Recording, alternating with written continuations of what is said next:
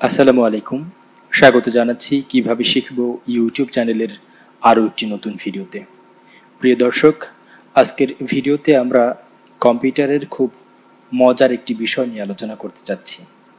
বিষয়টি হচ্ছে, ধরুন বন্ধুরা, আমরা একসাথে আমাদের ডেস্কটপে বা আমাদের মনিটরে দুইটা উইন্ডো রেখে কাজ করতে চাই। এটা সাধারণত যারা ডাটা এন্ট্রির কাজগুলো করেন তাদের জন্য অনেক সময় করা লাগে।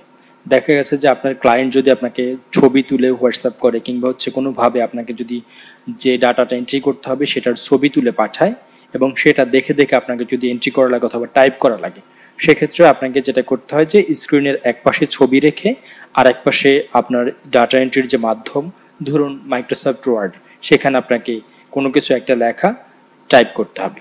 তখন এই ছবি দেখে টাইপ করাটা একটু ডিফিকাল্ট হয়ে যায়, কারণ দুইটা উইন্ডোকে সঠিকভাবে রেখে তারপরে কাজ করাটা কঠিন হয়ে যায়। তো আজকের ভিডিওতে আমরা আপনাদেরকে এমনই একটা পদ্ধতি দেখাবো, এমনই একটা সিস্টেম দেখাবো যে সিস্টেমের মাধ্যমে আপনার কম্পিউটারের যে মনিটরটা আছে সেই মনিটরে 50% রেখে আপনি সুন্দরভাবে আপনার দুইটা উইন্ডোকে সামনে রেখে কাজ করতে পারবেন। তাহলে বন্ধুরা চলুন আর কথা না বাড়িয়ে আমরা সরাসরি কাজে চলে যাই।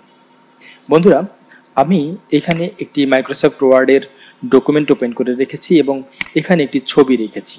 তো এই ছবিটাই যদি আপনার ক্লায়েন্ট আপনাকে পাঠায় যে এই ছবিটা থেকে আপনি টাইপ করে দেন, তখন যেটা হবে যে আপনাকে এই ছবিটাকে মিনিমাইজ করে আপনার ইচ্ছে মতন বা একটু টেনে টুনে আপনার পছন্দ মতন একটা জায়গা তৈরি করে তারপর কিন্তু আপনাকে কাজ করতে হবে।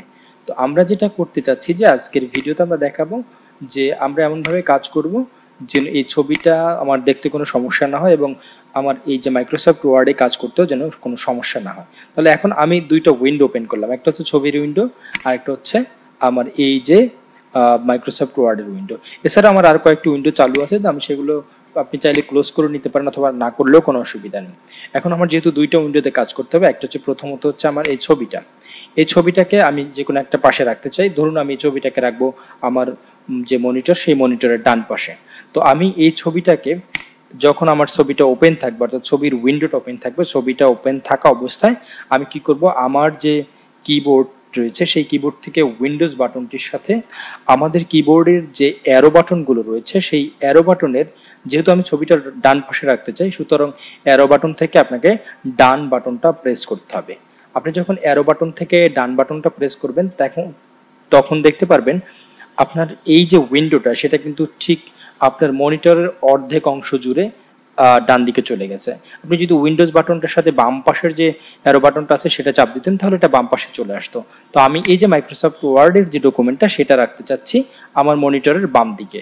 আমি আবার উইন্ডোজ বাটনটি প্রেস করে তারপরে আমার কম্পিউটারের যে কিবোর্ড রয়েছে সেই কিবোর্ডের বাম পাশের যে অ্যারো বাটনটি রয়েছে সেটিতে আমি ক্লিক দিলাম।